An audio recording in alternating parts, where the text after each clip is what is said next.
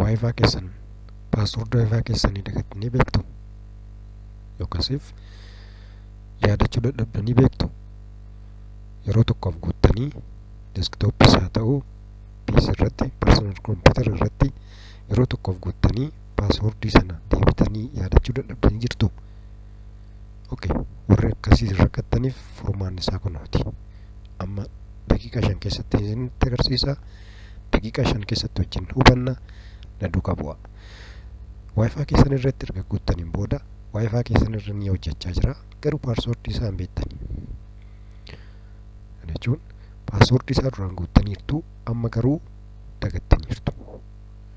Namaafis haa ta'u sheerii gochuuf yookasiifis immoo uuma keessaniif iyyuu yaadachuu hin dandeenye. Isaaf furmaanni kunooti. Waayifaa hojjechaa jiru irratti hidhattanii kilikii gootu gara right side isaa kilikii gootu gaafa asirratti gootanii lama dhufa. Troubleshoot problems and open network and internet setting kan jedhu jira.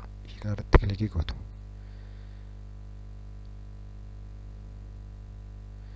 Gaafa kanarratti kilikii gootanii optionii kanatu dhufa. Window 10 dha kuni.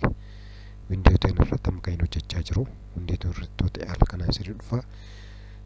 Gaafa kun isinii dhufu network and sharing center kan jettu barbaaddu. Kan irratti haa ta'u desktop haa ta'u window 10 kan PC irratti haa ta'u isa deemtu network and sharing center kan jettu irratti hidhattanii kilikii gootu.